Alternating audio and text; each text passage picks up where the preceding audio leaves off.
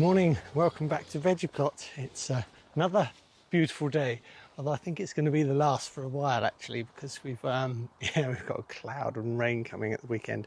Anyway, I'm up the allotment. I've got quite a lot to do today because of all this dry weather. It's kind of really important to, well, if you can, I appreciate it's not always easy, to try and conserve moisture around your plants. So I've brought up a load of pondweed. We have a friend who's got, actually I've got some other plants here, I'm just going to carry these up. We've got a friend who's got a pond with a lot of pondweed in it, which is really useful for me because he has to clear it out a couple of times a year, and I use the pondweed then to mulch my allotments. And this year I've done the other allotment, but I've still got this one to do, and as you can see I've got loads of sacks of this pondweed, about 10 sacks or so, and it grows so quickly that he has to clear it out for the fish and all the wildlife and so on. So I should be spreading that on the allotment at some point this morning. I've also brought up some peas to plant. They're quite unusual, these peas. They don't look unusual. They're in gutters at the moment, but basically they're from some dried peas I bought in a shop near us called the Asian Food Shop, and I soaked them overnight. Actually, I soaked them for a couple of days, and they germinated and I planted them, but I think I soaked them a bit too long. They haven't all germinated as much as I'd hoped. But anyway, I've got about 9 bits of gutters worth to go in this morning, so I'm just going to carry those up. Can't film while I'm doing that. And then we'll go on and we'll get on and plant them. I'll put these down here and I'll show you the peas. Yeah, I brought the bag up, and actually I brought some new ones which I'm soaking to fill in the gaps, but let me show you. So the reason I got these is I just saw them on the shelf. They've got loads of dried beans and pulses and peas and so on. Anyway, these are TRS, Asia's Finest Foods whole green peas, if you've seen them before. And quite cheap. But, I've absolutely no idea if they'll grow, so it's really just a bit of test and a bit of fun. I quite like doing this, getting something from the supermarket or a shop, seeing if it grows. If it does, then, it gives you opportunities for next year. I think, I've got some really great squash and corn, sweet corn last year, all sorts of things doing that. Anyway, absolutely hundreds and hundreds of them in here for very, very little amount of money. So I thought, see what they're like. No idea. If they're good, they're good. And all I did was, for the last lot that are in here, just put some water. I think last time I put it in between some tissue paper, but I just put some water in this lot, and I'm just going to soak them sort of overnight, let them swell up, and then I'll use them, actually, which they're already doing, they're already beginning to swell up. And I'll use it to fill in the gaps, perhaps at the weekend or something like that, when the little sprouts, because what happens is the little sprouts shoot out, the root shoots out, make a little hole, plant it in, and you're done. Anyway, right, let's get some of these, and we'll go up there and we'll plant out some of these peas. Right, this is the structure with the Crown Prince squash.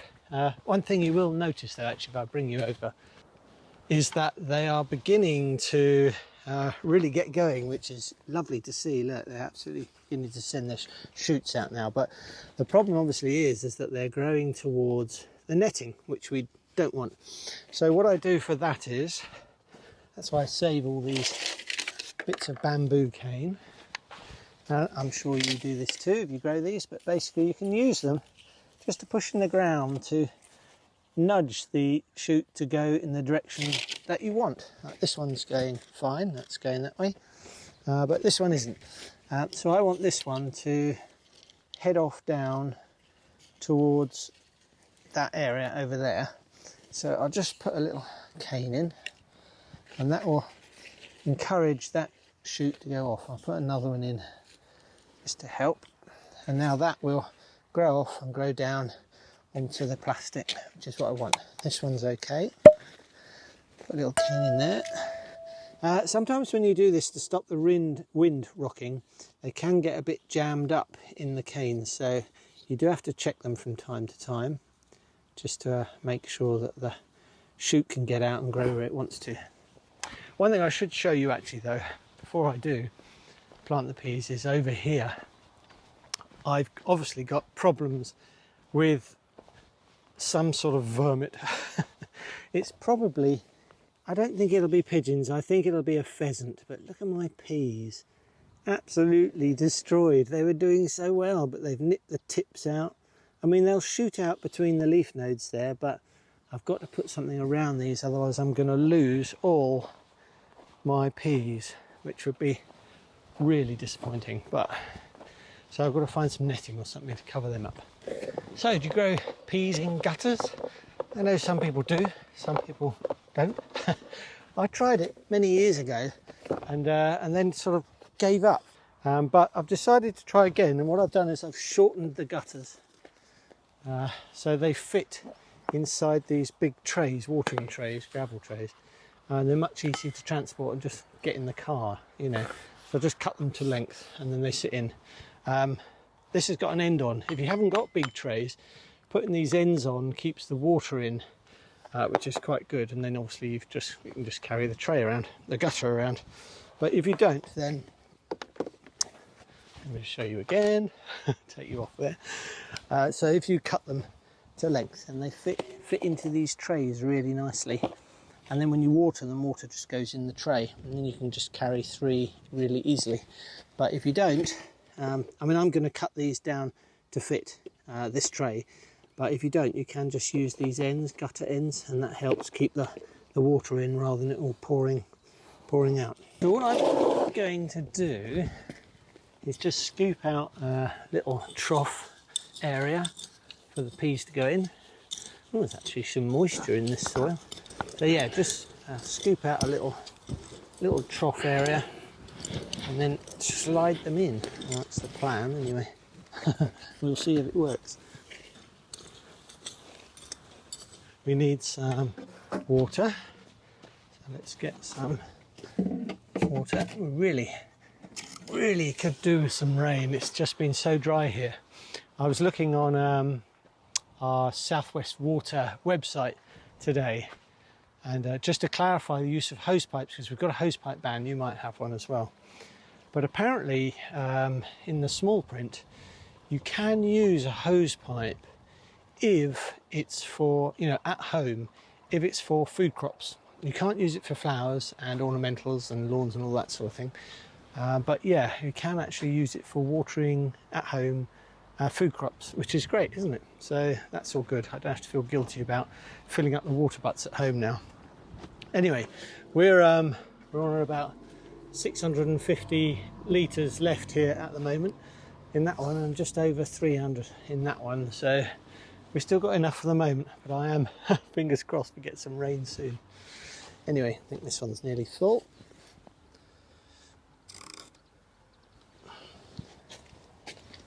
So what I want to do is just give this trench a little moisture, so that the roots have got something to aim for, as I like to call it.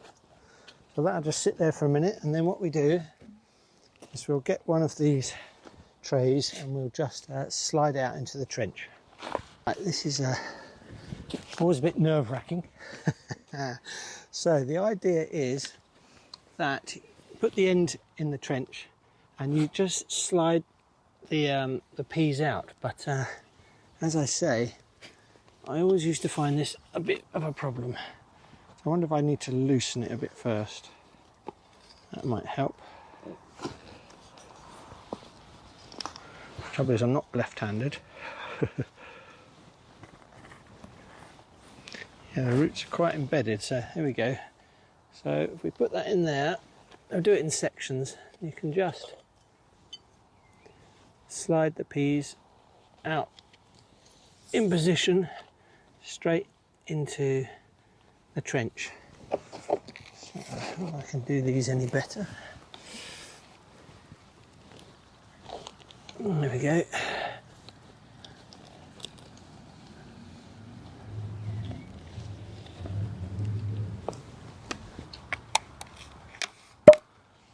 and just you just see, they just just slide along the gutter. You probably do this, don't you? I'm talking to the converted. Yeah, there you go. That's the plan. You end up with an empty gutter, which you can just reuse, and then push these in and just gently put some of the soil back in,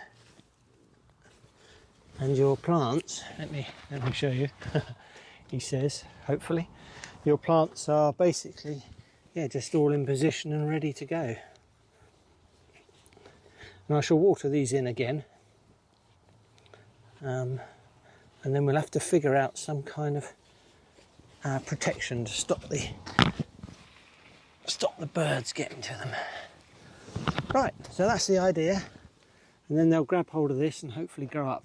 And so I've no idea. I don't know what these peas will be like. Don't know whether they'll taste good, whether they'll grow in this climate. They look like they're doing all right at the moment. We shall just have to see.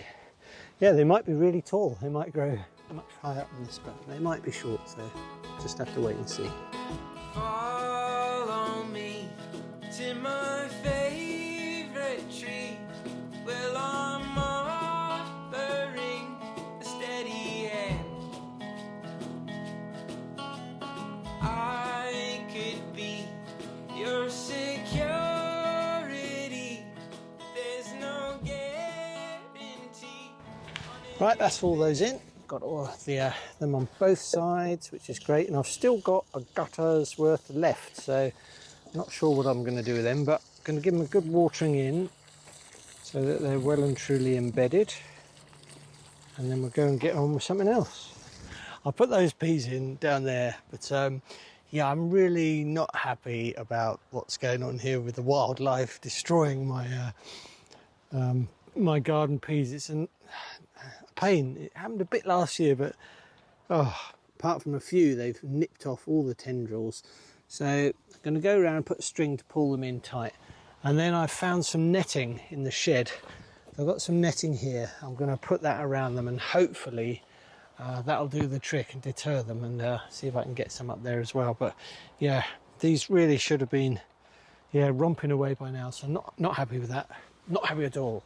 Do you have problems with varmints and critters and birds and mice and rats and pheasants and things in your garden?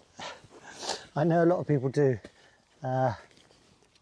It's just a life part of having a garden, I suppose, isn't it? But just really frustrating sometimes.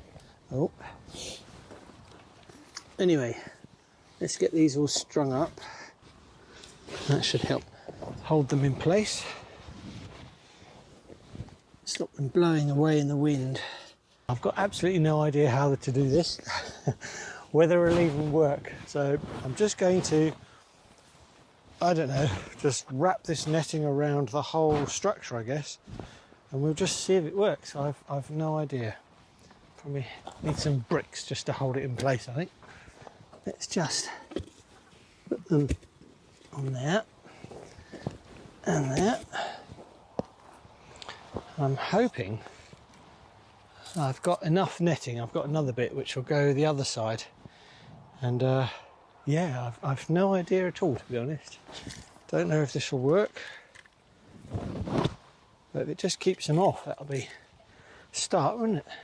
Right, I didn't record all of that because I didn't think you'd probably want to see it, but anyway, I have netted the whole bed, or the whole lot.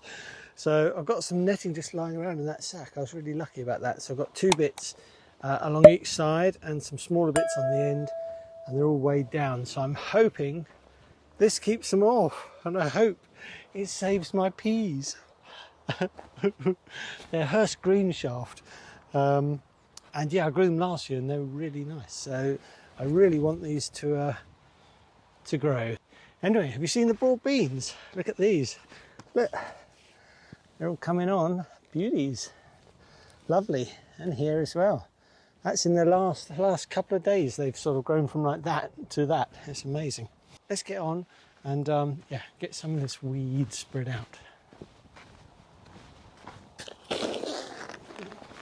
What I want to do is get it spread out around all the sweet corn on this bed, and the French beans. So that's my first plan of action, and then hopefully I'll have enough to go in around the cabbages and cauliflowers and the kale.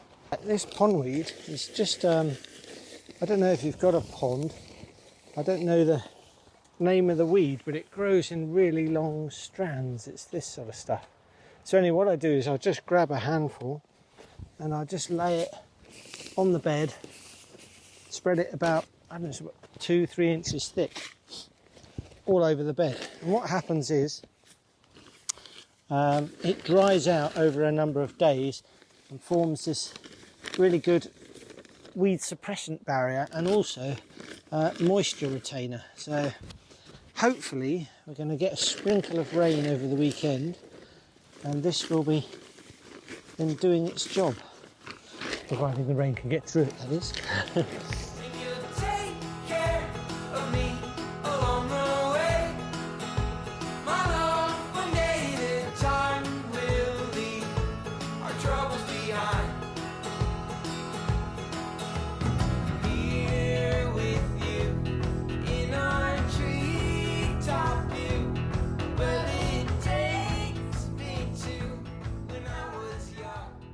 Right, that's that bed all done and covered in weed. As I say, yeah, this is freshwater pondweed. Anyway, got all the sweet corn covered and the crown prince squash and the dwarf French beans. So now I've still got 5 bags left, so I think we'll head up to the other pea bed and sweet corn, and we'll go and put the weed up on there. So yeah, nice and thick, just all around the plants. And then when you water the plants, obviously the moisture, it's much harder for it to escape. That's the weed put down in amongst the sweet corn. These are the baby tiny sweet corn. And then we've got some more beans. Oh, there's a lovely little ladybird. And the runner beans, they're beginning to show. So that bed's all done. That's good. And I also managed to do this whole bed as well with the remaining weed. So what I've done here actually is I'm not going to bother netting these peas. I'm going to see if the weed disguises them and see if the pheasants and so on and so forth just see all the weed and kind of don't see the peas at the moment. I think when they get taller I probably will have to cover them, but for the moment I'm just going to see how they get on. And that's the allotment as it stands at the moment. Right, thank you very much for joining me on this episode of Vegiplot.